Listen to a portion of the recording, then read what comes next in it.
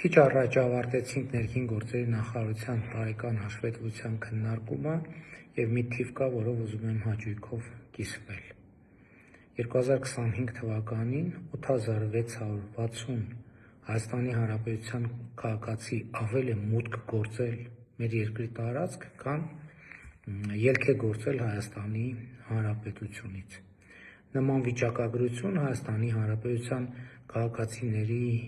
ելքի ու մուտքի տարբերության մեր երկրում վարվում է 2010 թվականից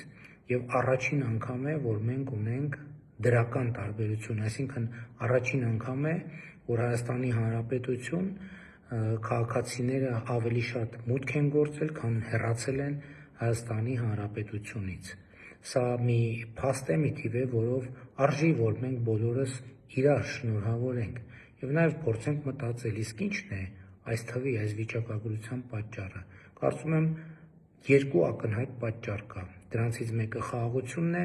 երկրորդը տնտեսական զարգացումը կամ խաղաղության պայմաններում տնտեսական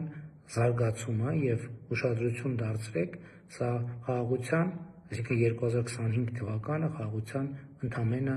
առաջին տարին է առջևում,